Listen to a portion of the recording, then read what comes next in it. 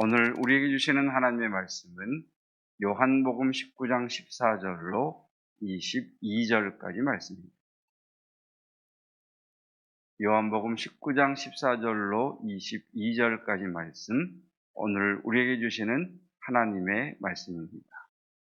이 날은 6월절의 준비일이요 때는 제6시라. 빌라도가 유대인들에게 이르되 보라 너희 왕이로다.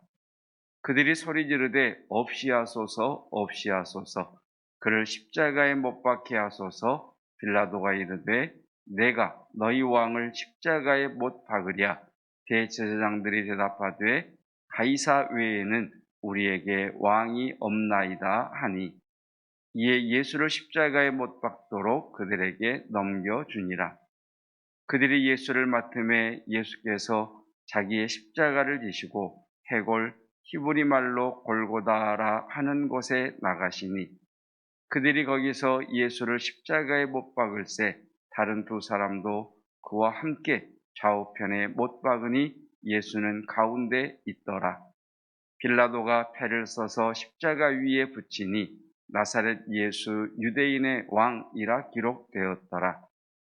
예수께서 못 박히신 곳이 성에서 가까운 고로 많은 유대인이 이 패를 읽는데 히브리와 로마와 헬라말로 기록되었더라. 유대인의 대제사장들이 빌라도에게 이르되 유대인의 왕이라 쓰지 말고 자칭 유대인의 왕이라 쓰라 하니, 빌라도가 대답하되 내가 쓸 것을 썼다 하니라. 아멘. 하나님의 말씀입니다. 말씀 전하기 전에 광고 한 가지 전해드립니다. 내일이 예수님께서 십자가에 달리신 그리고 죽으신 성금요일입니다. 그리고 오늘은 저녁에 예수님께서 마지막 만찬과 제자들의 발을 씻기신 세족 목요일이 됩니다. 원래대로라면 저희가 지난주에 아니면 내일 저녁 때 성찬 예식을 가져야 되지만 교회에서 마스크를 벗을 수가 없어서 성찬 예식 대신에 성찬 키트를 준비했습니다. 새벽 예배 나오신 분들 오늘 가져가셔도 되시고 내일 가져가셔도 되시고, 가정에서 예배 드리시는 분들 교회에 오셔서 성찬 키트를 가져가시면 되겠습니다. 떡과 잔은 내일 새벽 예배 후에 여러분이 가정에 돌아가셔서 개인적으로 기도하시고 떡과 잔을 드시면 되겠습니다. 나가실 때 성찬 키트 가져가시면 되겠습니다. 성찬 키트 가져가실 때 가족 수대로 다 가져가지 마시고 예배를 드리시는 분들이 받을 수 있도록 예배 드리시는 분들이 받을만 가져갈 수 있도록 이렇게 해주시기 바라겠습니다. 여러분, 일반 역사와 성경 역사의 기록, 일반 역사의 기록과 성경 역사의 기록에 차이가 있습니다. 일반 역사의 기록은 과거에 일어난 일만 기록을 하고 있습니다.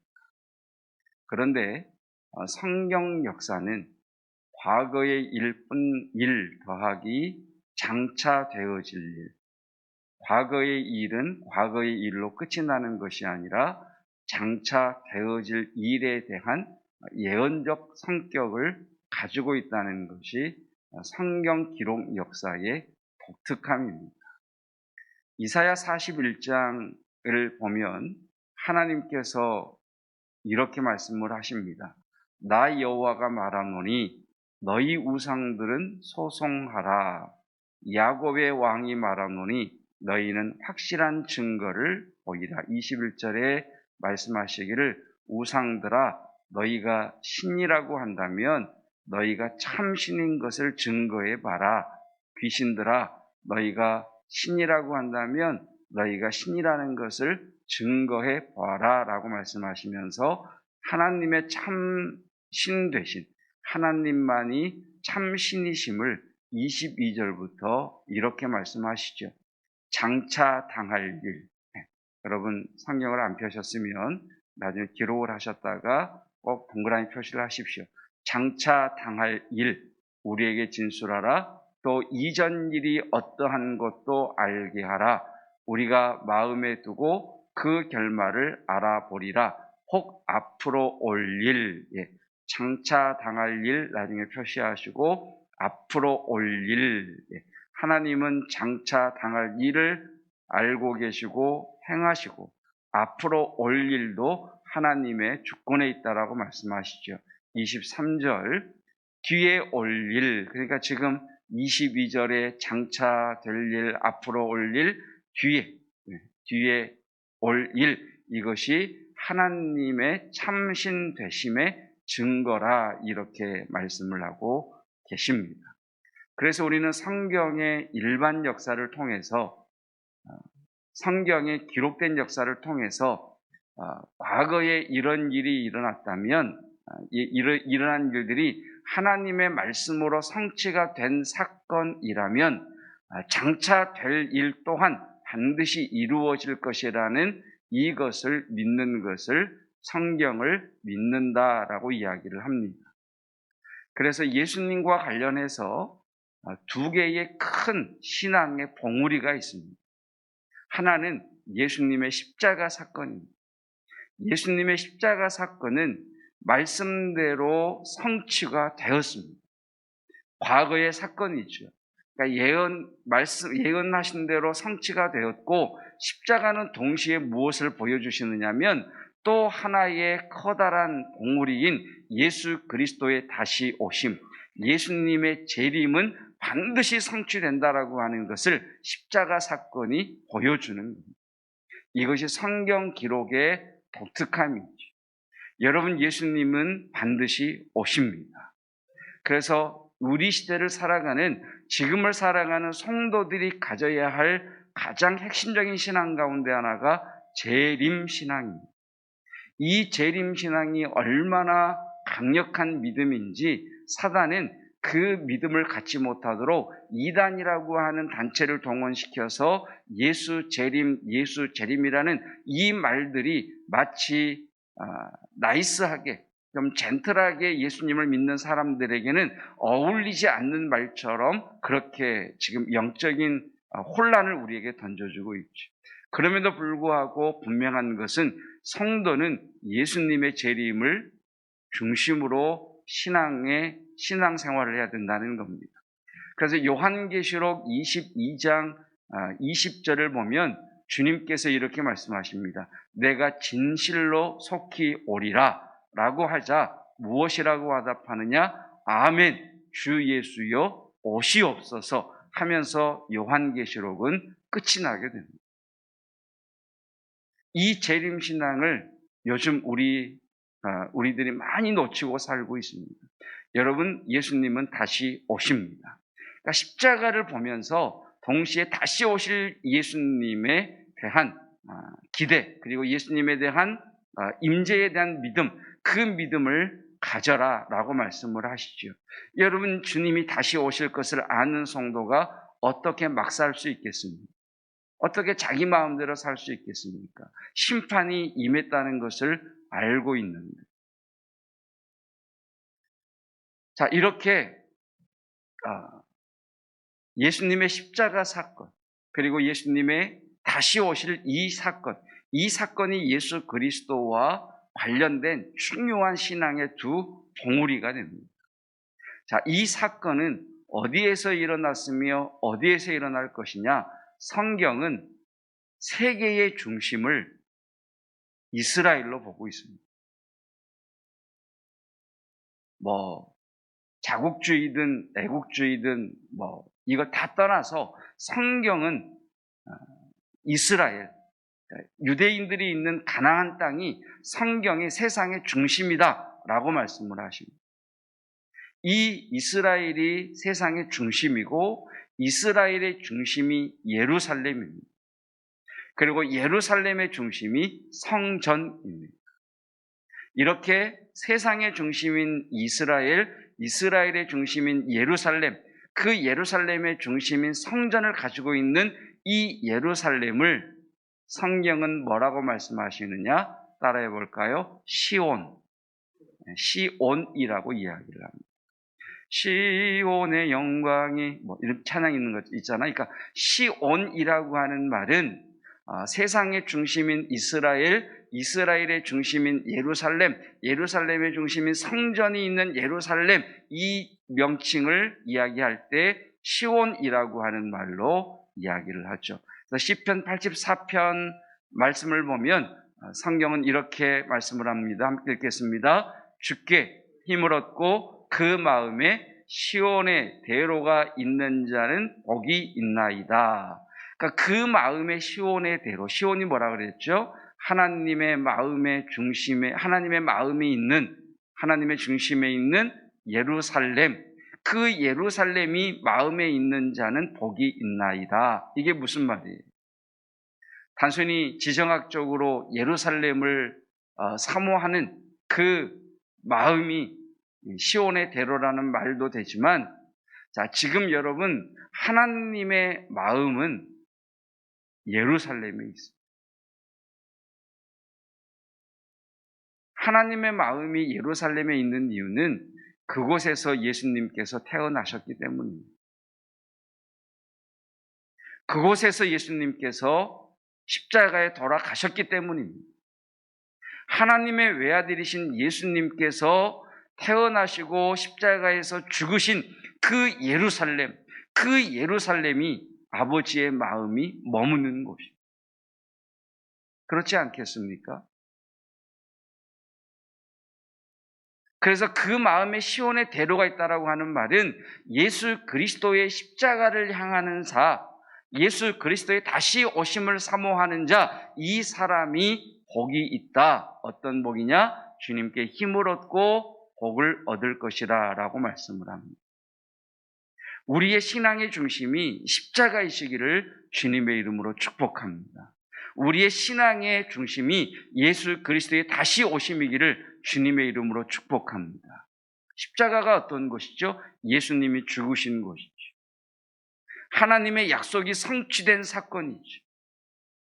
죄의 권세를 깨뜨리시고 예수께서 부활하신 그 부활의 사건의 시작점이 십자가인 거죠. 그러니까 하나님의 마음은 그 십자가를 향해 있다는 거예요. 그래서 성도가 특별히 고난주간에 우리가 주님 앞에 십자가를 더 깊이 묵상하는 이유는 우리의 마음이 다른 것을 향하지 아니하고 하나님의 눈과 마음이 머물고 있는 그 십자가를 향해 내가 향하기를 원합니다. 주님, 나는 하나님에 의해 구원받은 자입니다. 하나님, 나는 주님의 힘을 의지하여 사는 자입니다. 하나님, 나는 하나님 나라의 상속을 받은 자로 살아가겠습니다라고 하는 모든 신앙의 고백이 십자가에 있습니다. 그리고 나는 동시에 십자가를 바라보며 다시 오실 나의 왕이신 예수 그리스도를 맞이하는 순결한 신부로 살아가겠습니다. 어떤 신부요? 순결한 신부. 그 순결한 신부가 어떻게 막 살 수 있겠어요? 그래서 여러분, 이 말씀을 읽을 때, 또 성찬을 받을 때 매년마다 듣는 십자가 말씀 아닙니까?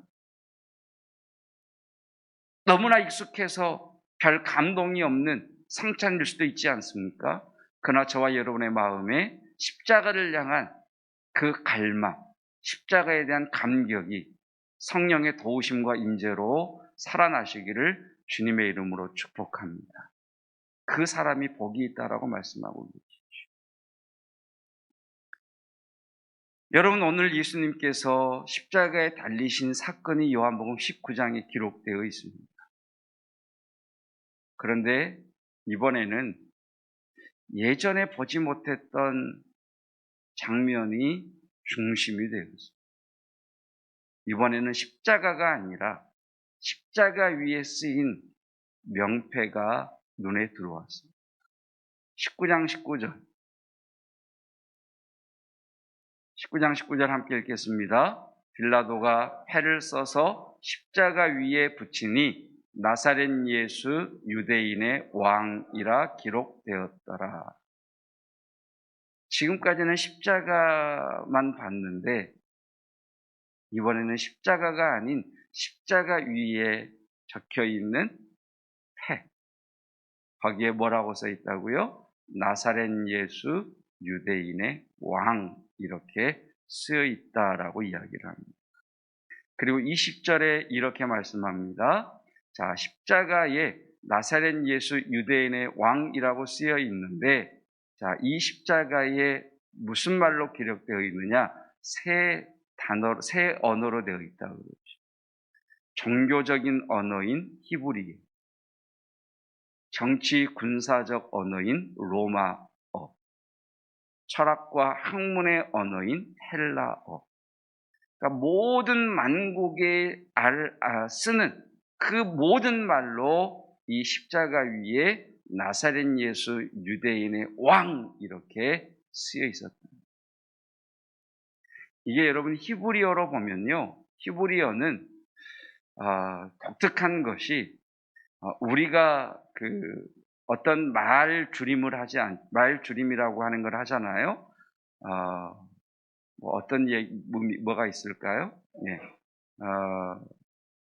뭐 비행기 그러면 비전, 뭐 행함, 기도 뭐 이런 단어의 앞글자만 딱 따서 이렇게 요즘 우리가 말줄임을 많이 하잖아요. 그러니까 히브리어의 독특함이 그렇게 있어요. 그러니까 나사렛 예수 유대인의 왕이라고 하는 네 단어를 첫 글자만 따면 놀랍게도 야훼라고 들어보셨습니까? 네, 야훼가 돼요. 하나님의 이름이 거기 있습니다. 그래서 21절에 보면 유대인들이 깜짝 놀라서 빌라도에게 이렇게 이야기해요. 유대인의 왕이라 쓰지 말고 뭐라고 써달라? 자칭 유대인의 왕. 그러니까 다른 단어 하나가 들어가야 야훼라고 하는 단어가 성립이 안 되기 때문에. 그리고 혹시 여러분 관심 있게 보셨는지 모르겠지만 이 예수님의 십자가 위에 INRI라고 하는 영어 단어가 이렇게 쓰여 있는 거 보신 적 있으십니까? INRI. 없으시면 오늘 네이놈에게 이렇게 검색을 해보세요. 네이놈이 누군지 아시죠? 네이버. 네이버에 INRI 십자가 이렇게 검색을 하면 십자가 위에 이렇게 있을 거예요. INRI. 이게 로마어예요. 로마어. 라틴어의 로마어인데 I 예수, N 나자렛, R 렉스라 그래서 왕, 그리고 마지막 I 유대. 그래서 나사렛 예수 유대인의 왕 이렇게 적혀 있답니다. 그래서 예수님은 유대인의 왕으로 돌아가셨다라고 성경은 말씀하십니다. 왜 유대인의 왕이냐? 갈라디아서 4장은 이렇게 말씀을 하십시오. 예수님께서 유대인으로 오신 이유, 예수님께서 유대인의 왕으로 죽으신 이유, 율법 아래에 있는 자들을 뭐 하시려고? 속량하시고. 그러니까 율법 아래에 있는 자를 속량하시려면 율법 아래에 태어나셔야 되죠. 그래서 유대인으로 오셔야 됩니다. 그 율법을 완성하시려면 유대인의 왕으로 죽으셔야 해요. 그래서 율법 아래에 있는 자들을 속량하시고 그리고 우리 이방인들로 아들의 명분을 얻게 하시려고 유대인의 왕으로 죽으셨다라고 말씀합니다. 6절 말씀, 너희가 아들이므로 하나님의 그 아들의 영을 우리 마음 가운데 보내사 아빠 아버지라 부르게 하셨느니라. 여러분 하나님을 아버지라고 부르시죠? 아멘. 네. 내가 부르고 싶어 부르는 게 아니에요. 성령님이 내 안에 오셨기 때문에 부를 수 있다라고 하죠. 7절 말씀. 그러므로 내가 이후로는 종이 아니요 아들이니, 다시 읽어볼까요? 아들이면 하나님으로 말미암아 유업을 받을. 저와 여러분은 하나님 나라의 상속자세요. 아멘. 예, 우리의 신분에 대한 말씀을 하고 계시죠. 자, 결론입니다. 예수님은 우리의 아들됨을 위해, 그리고 율법 아래 있는 자들의 속량을 위해 유대인의 왕이라고 하는 죄명으로 십자가 위에 돌아가셨습니다. 정말 예수님이 저와 여러분의 왕이십니다. 정말 예수님이 여러분의 왕이십니다. 우리의 왕이신 예수님 앞에 예하고 계십니다. 그래서 순종이 가장 큰 복의 길인 것입니다. 기도하겠습니다. 십자가와 함께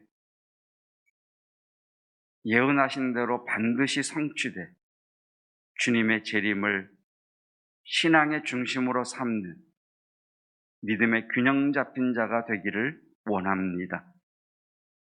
말씀대로 주님께서 십자가에서 구원을 완성하셨다면 말씀대로 주님께서는 다시 오사 모든 나라와 열방과 민족과 우리들을 심판하실 것입니다.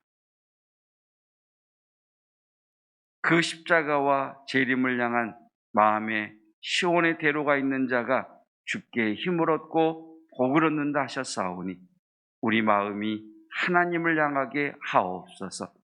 십자가를 바라볼 때마다 유대인의 왕으로 오신 주님이 나의 왕이심을 고백하게 하옵시고 십자가에서 나의 모든 죄의 문제는 해결되었고 나의 출신과 나의 이력은 다 찢어졌으며 하나님 나라의 유업을 이을 자 하나님의 아들이요 딸이라는 하나님의 자녀됨으로 거듭났음을 알게 하여 주시사 세상 가운데 그리스도인의 자긍심을 가지고 살아갈 수 있는 단단한 마음을 허락하여 주시기를 원합니다. 예수가 정말 나의 왕이신가?